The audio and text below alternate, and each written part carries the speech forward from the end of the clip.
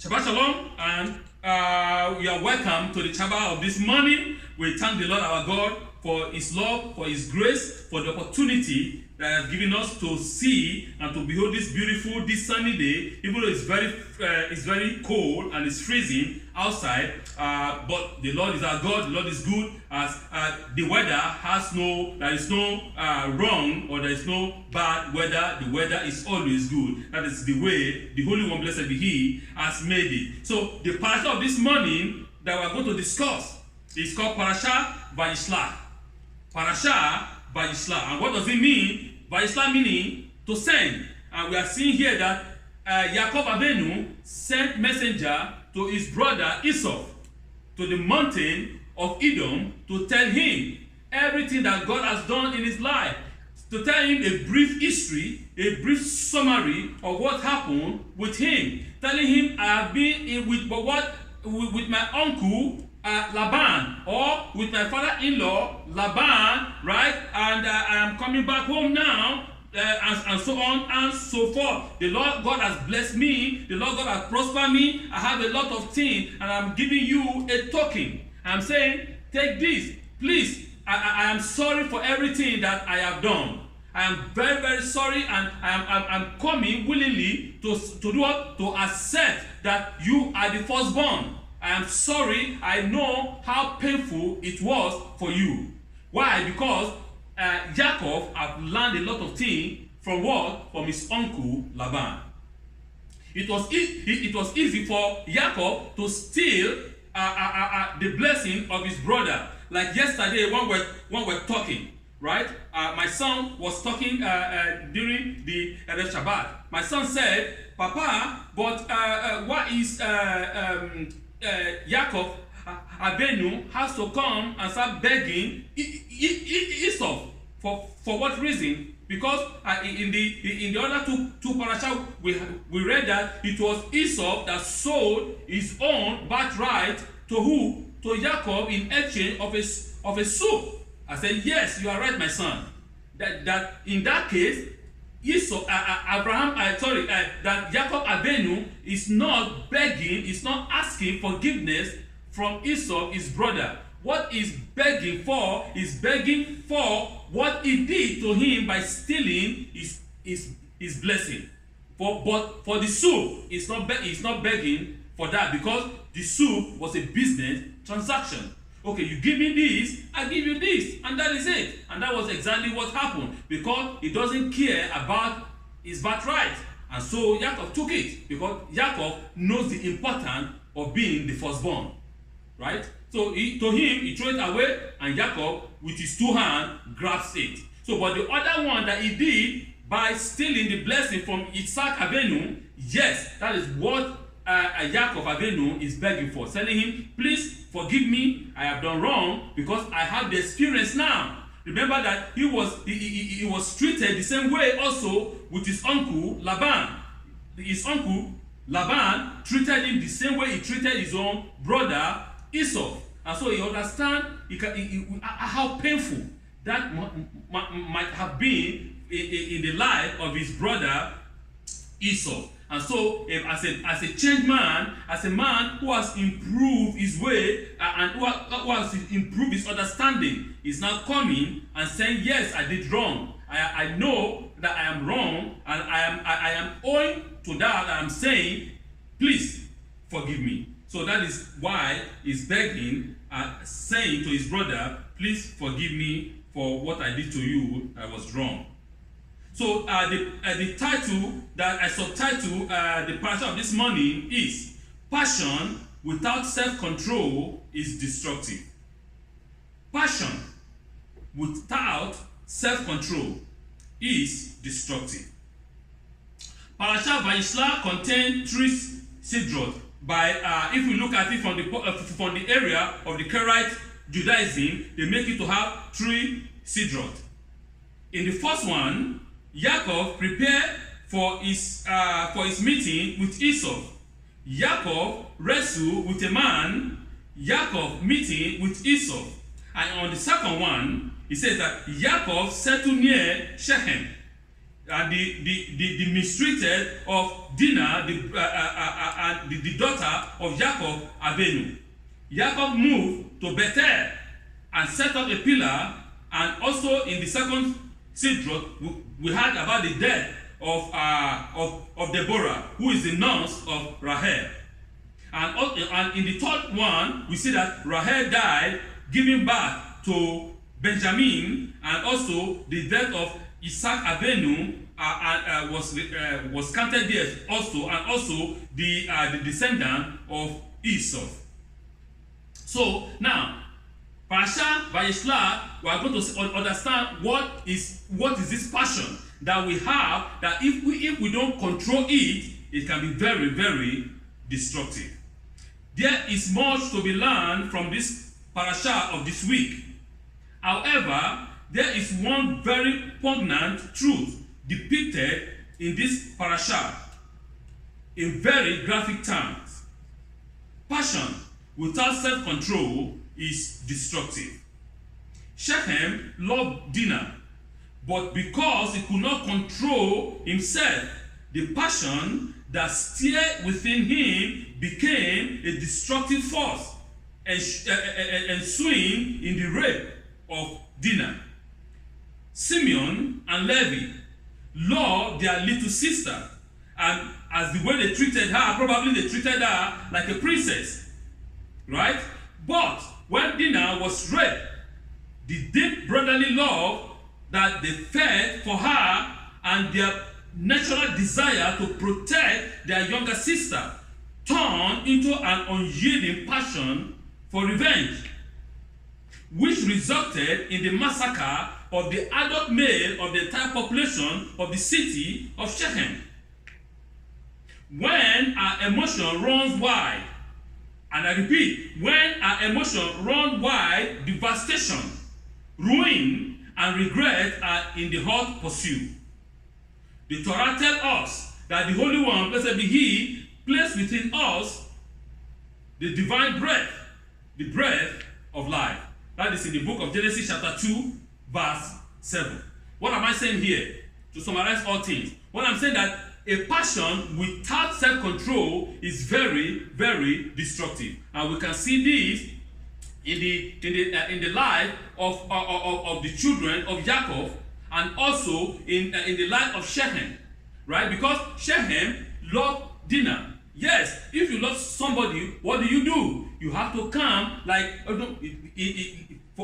with respect, with honor, coming to the father, or to the parents, saying, "Oh, I love your daughter, and I want to marry her, and I want her to be my wife." Then, if they agree, what do? You do what? You pay, the bride price, and other things. You do all the ritual that is necessary, and if they agree, then they offer you their daughter for what? As a wife. But what did Shechem did? He didn't do that. He went and raped this girl, a little girl. And so therefore, this became, and this was like a disaster among the children of Israel, among the children of Jacob. What did actually happen? Am I hearing well? What a mess is going. So because, as they said that she went out to go and do what? To go and play with her friend, because she made friends with the children of the people of the town, and then that was that was the cause. What causes her to be raped? But her brother were very annoyed. They were very angry for what actually happened, and they said, "This will not just go down like that. We have to avenge our sister for what has happened to her." Even though Jacob Abenu doesn't want anything to do with it. Even though Jacob Abenu said, okay, I agree. They came later and said, okay, we want to do the right thing. But you have done something wrong. Why don't you think about doing the right thing at the right time? Why didn't you say, you know what, before I can take this girl as my wife, I will go to the father and do the necessary things. Why raping her first, then coming, to say, you know what, I want to come and marry her now. It's a complete total mess. So that we can see that, do I justify the behavior of Levi and Simeon? Technically, no. But if we look at their own anger, yes, there's a place for their own anger because they love their sister, and maybe that is the only girl and that Jacob had, and they treat her like the gold, they treat her like diamond, they treat her like egg, they protect her with all things that is within them. So if you now go and do something wrong to their younger sister, probably, as I said, the only girl of Jacob Abenu, then you are looking for trouble from the big brothers. So instead of Shekhem to come, to do the right thing, what he did, what was wrong, and the anger of these people boiled over. Yes, the passion that Shekhem had, he should have controlled his own passion. He should have said, okay, yes, I love her. Oh, I'm crazy because of her. I can't do anything without her, but I'm going to do it in the right way. Going to the parent, telling the parent, I love your daughter, and I want to marry her. I want to make her my wife. And do you agree or not? And when they agree, they can now do the necessary ceremony, right? And also the action of the brothers, was it wrong? Technically wrong, because you murder a lot of innocent people who didn't do anything wrong, because the other men who were not in the know, who were not part of that scheme, were also slaughtered and killed. But what is the divine breath that no other creature on earth possesses? Remember, I said that if we allow our emotion to run wide without controlling it, it can be very, very destructive. And the Torah tells us that the Holy One, blessed be He, placed the divine breath into us and thereby giving us life. And what is this divine breath? I'm asking. What is that breath that God breathed into man that make man a living soul? The Torah states that we are created in the image of the Holy One, blessed be He, in the book of Genesis chapter 1, verse 27. Nevertheless, as we know that the Holy One, blessed be He, has no physical form. It's not a physical person. He doesn't have a form or a shape. So, in His image cannot literally mean physicality. The image of God does not mean, God has 2 hands, 2 legs, 2 eyes, a nose, and a mouth, and 2 ears. No. That is not what it means. So, what does this image of God means? However, we do know that the Holy One, blessed be He, has emotions. And we see references to His battle throughout the Mikra, which means we see the quality that this evokes, the quality of happiness, the quality of pity, or the quality of sadness sometimes that God talks about. So these are the emotions of God. And this is what the Holy One, blessed be He, said that it input in man, which no any other animals on the surface of the planet has. No any animal has emotions, but man has emotions. We have different kinds of emotions, and this is what God is saying, that is the spark, the light, the energy, the divine spark that is in man. Thus, our higher emotions are the divine spark within us. They are something that no any other animals on the planet has in common with us. That is the only thing that makes us different from them. It is our emotions that have enabled us to progress as a species and appreciate the abstract. For example, without our emotion, there will be no art and no sense of aesthetic value. That means there will be no sense of principles. This is why it is so hard for us, mere human beings, to cope with our emotions. They are the divine within the corporal. Our emotions are the divine that is within us. They are the divine within the physical. They are the divine between the physical and the metaphysical. So that is what I'm trying to let us understand, that the divine spark is the one that is within us, that makes us different from any other animal on the surface of the planet. Some people let their emotion run wild, while others suppress them pushing them very deep inside them, both of which are detrimental to our well-being. Remember, we have to control our emotion. You don't have to allow your emotion to run wild. You see, you have to make sure that your emotion is under control, not your emotion controlling you, but you controlling your emotion. And some people, they do what? They allow their emotion to run wild, while some people, they suppress their emotion deep inside them. It is also wrong. It is not right. As a believer, as a student of the Torah, as a student of Moshe Rabbeinu, we as a person, we as a human being, have to be able to express our emotion, and we should be able to control them. Remember that God told Moshe the same thing, that okay, the knowledge that I'm giving you, the wisdom that I am giving you, I want you to be able to control this wisdom, control this knowledge. Do not allow this knowledge, this wisdom, to control you. You see, we can see also in the history of our people, in which the Torah also states that God, most of the time, men allow their emotion, men allow knowledge to do what? To control them, instead of them controlling emotion or knowledge. The Torah teaches us that love, hate, anger, elation, which is extreme happiness or excitement, etc., are all fine. They are all part of who we are. There is no time or place for each of our emotions.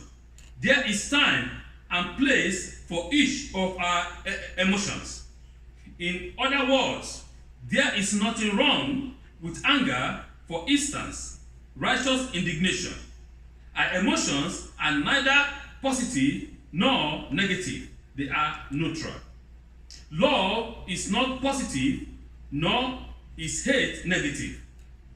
For to love what is evil is wrong, while to hate that which is evil is good.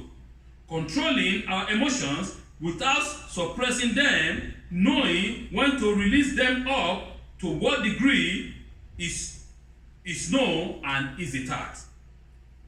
What am I saying here? What I'm saying is that the emotion that God has given us, the emotion that we have as an individual, is neither positive nor negative. No. Oh, you see, he's angry, la. It depends on the way he's angry. Many people are angry because of what they are seeing that is evil. That is called righteous indignation. That is good. While some people are very happy, they will rejoice when they see something that is evil and bad. That is bad. That is evil. You don't rejoice when you see something that is evil being performed. You see, so emotion to a man, emotion that God has given us is neither positive or negative. It is neutral. It depends upon the person that is actually in that position of that emotion at that particular time.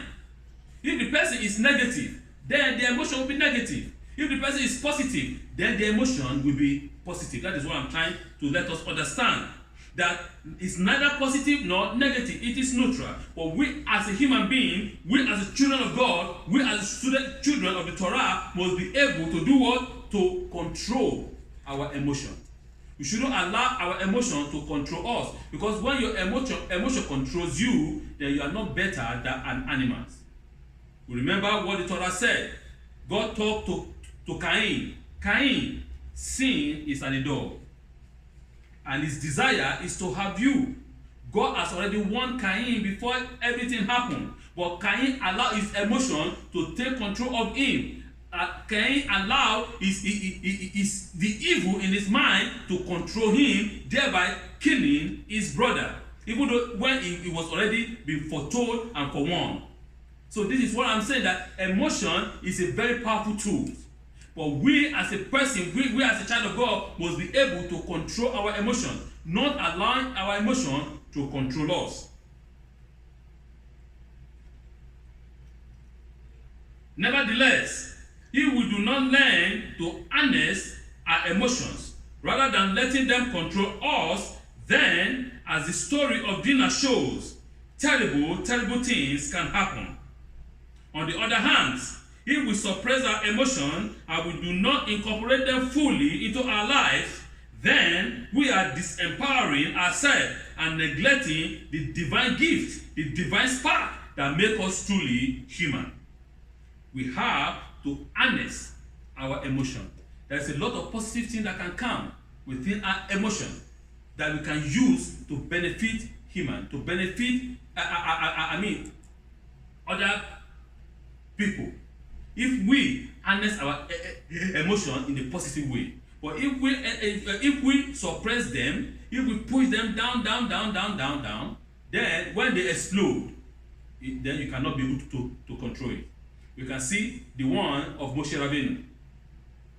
Yes, or suppress his emotion many times. These people, they don't listen. These people, they don't listen. And when God told him, go and speak to the rock, he went, bah! His emotion. He hit the rock instead of speaking to the rock, because these people they pushed him into the wall.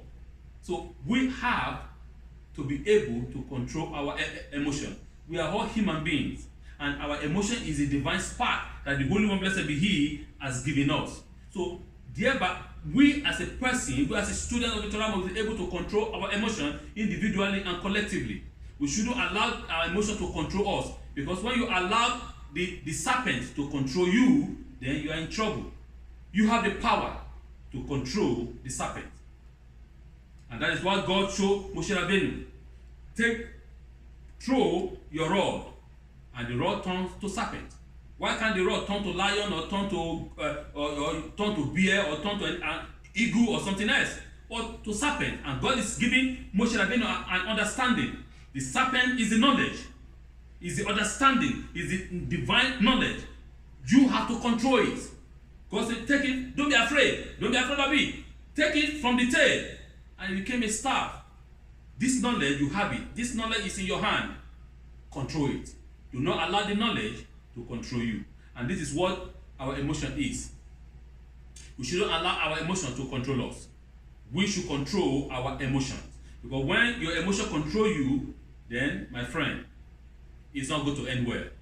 As we see in the parasha of this morning. It did not end well with the people of Shekhem, because Shekhem allowed himself to be controlled by his own emotion. And also the children of Jacob, Simeon and Levi, we see how their emotion run wild and the mother innocent, and they killed a lot of people for no reason. Right? If they only kill those that commit the crime, that is good. But they killed the entire male population of the town that did not take part in the rape of their sisters. So this is the anger, the furious anger of the brothers that love their sisters. See, that is what the Torah is telling us this morning, that we as a child of God should take heed. Search within yourself. Look within your soul and control yourself. Have the power to control yourself, not allowing your person to control you. Parshas Va-yishlaḥ. Passion without self-control is destructive. Shabbat shalom.